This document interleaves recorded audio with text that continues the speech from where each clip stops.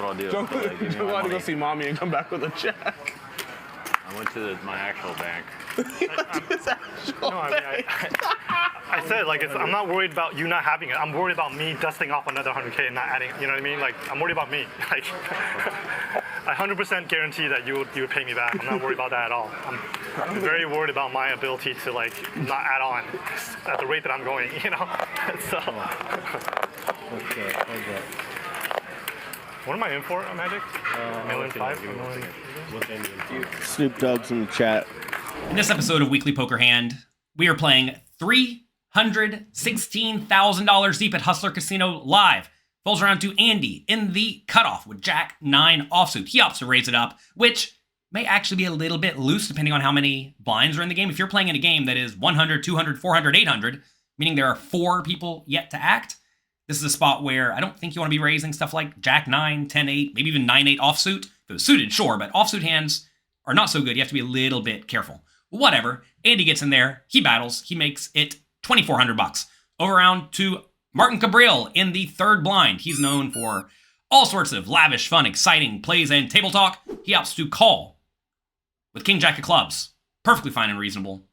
Let's head to the flop. Making it rain. Thank you, Rampage. I owe you one. $1.99. Oh, so not a milli? Yeah. Thank you, Snoop Dogg. I had $100,000 worth of fucking 24? courage. Why This has 23? been I don't know. a really amazing show It's from starting to get a little table hazy talk when you standpoint, start, saltiness, hitting, everything. the milli mark, I've been you know? sitting back enjoying it. It's I like getting the really popcorn don't know. out. Yeah, whatever you do. Sounded like Jungle 7,000. called out Andy Stacks Make it 20. for only loaning him $250,000, not an extra $100K. Andy took exception to that, and Jungle Man admitted he was wrong.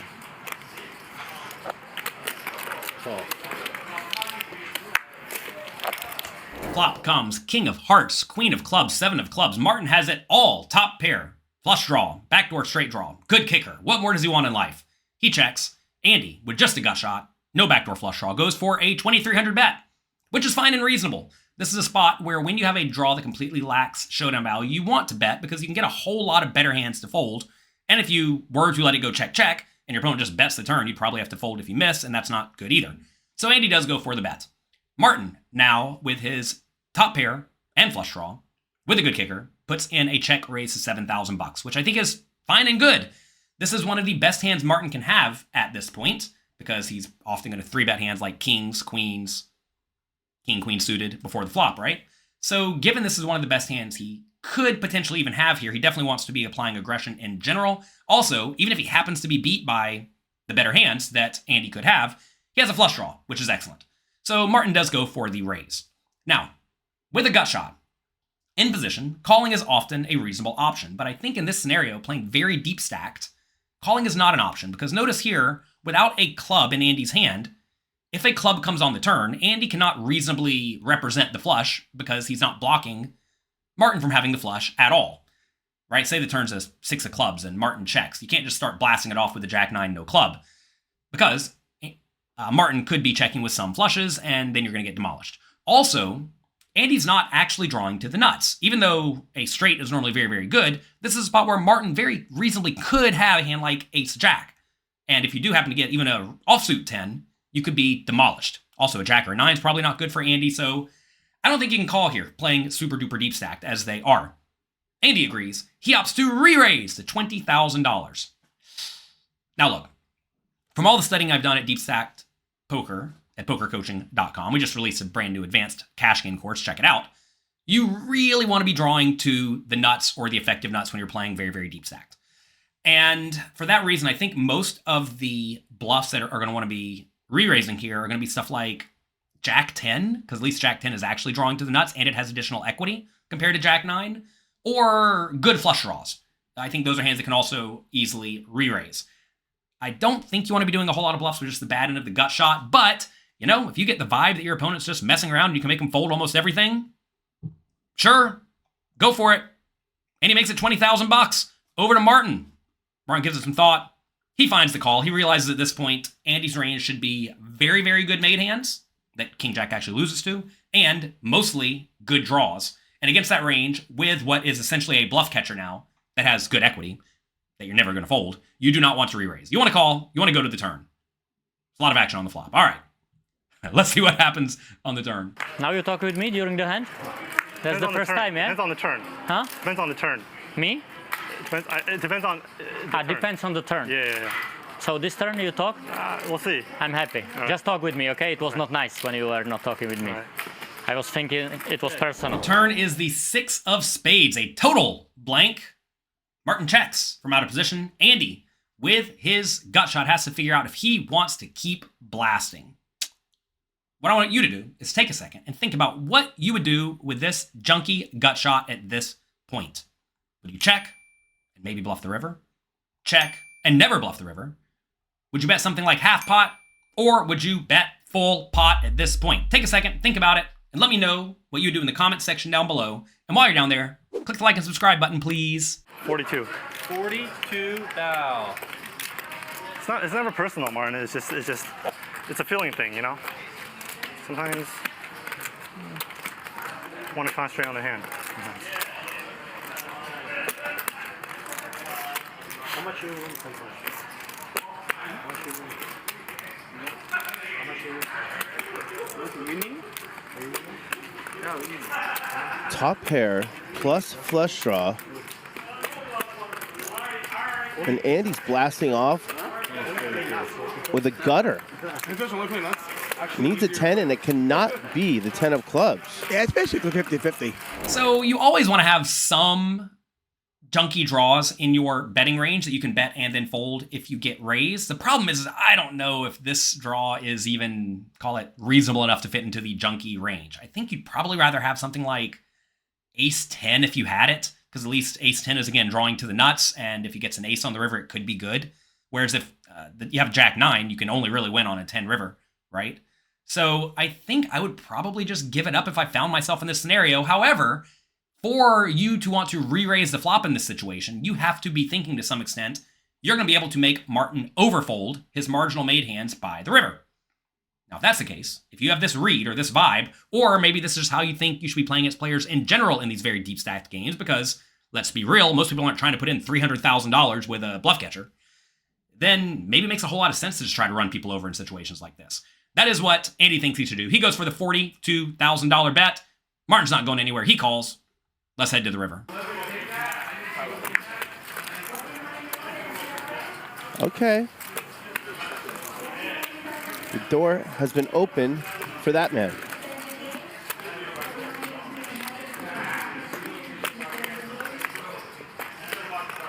He was not going to be able to win on many river cards,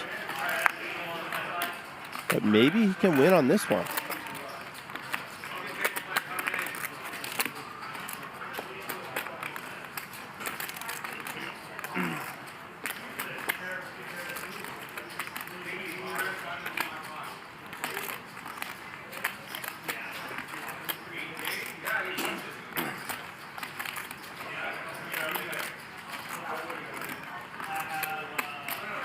Some red.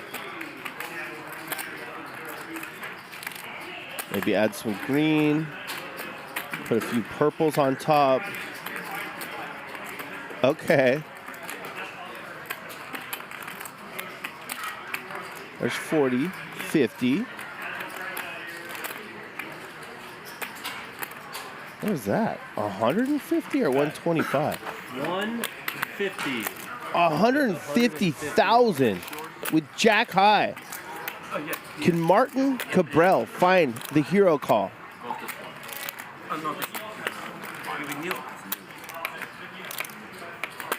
The river gives Andy a little bit of hope. It's the ace of hearts. It's a disaster for Martin because I have to presume he's going to be calling on most rivers that are not exactly the ace that is not a club. Martin, of course, checks over to Andy. He is not afraid. He goes for the $150,000 bet, a little bit more than pot.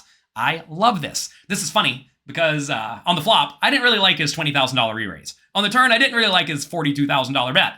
But now, if you do find yourself in this scenario on the river, you really want to have a jack or a 10 in your hand because that blocks Martin from having jack 10 for the nuts.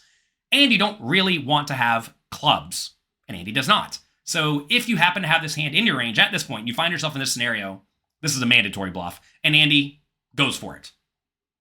Let's see what Martin does with what is now a pretty junky bluff catcher. Blocking Jack 10.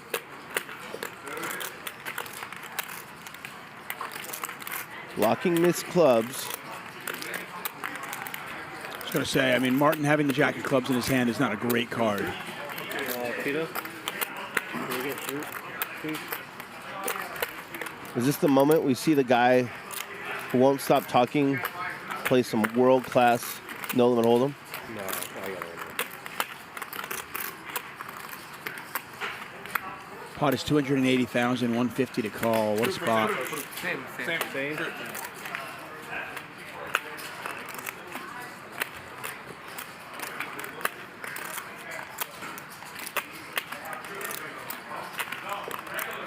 Although if Stacks loses this, if Martin makes this call, Andy will be down over $500,000. Easily. Yeah. Can you do the pot, please? Can you scratch the pot? Thank you. Good. Andy you. does not look nervous at all. Number one spread I ever seen.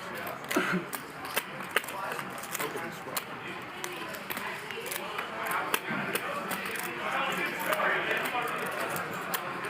Still a manager?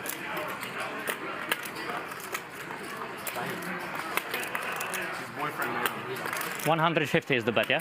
150, yeah? 140. 150, Magic says. You gotta love Magic. This pot will be 430,000 if Martin calls. And Magic the dealer is cracking jokes. All in. All in. All in? Says all you can eat. What? How much? One card. How much for bluff? Show one card. 150,000. Everybody give me 1,000, I show the bluff. Okay, you show jack. Okay. In 2 hours. Show me one jack. I never bluff. Never. Nice bluff, Andy. Yeah. Better to pick some other player like Django or somebody, you know? Ooh. Nice river for you. It was very nice river. Straße fertig. Trying to represent your hand. It didn't work out, you know? It's hard when you try to represent what your opponent has. What was my hand? What you were trying to represent? Starts with an N. Huh? Started with an N. With N? What does it mean N? Nuts. He means nuts, but you didn't have it. No.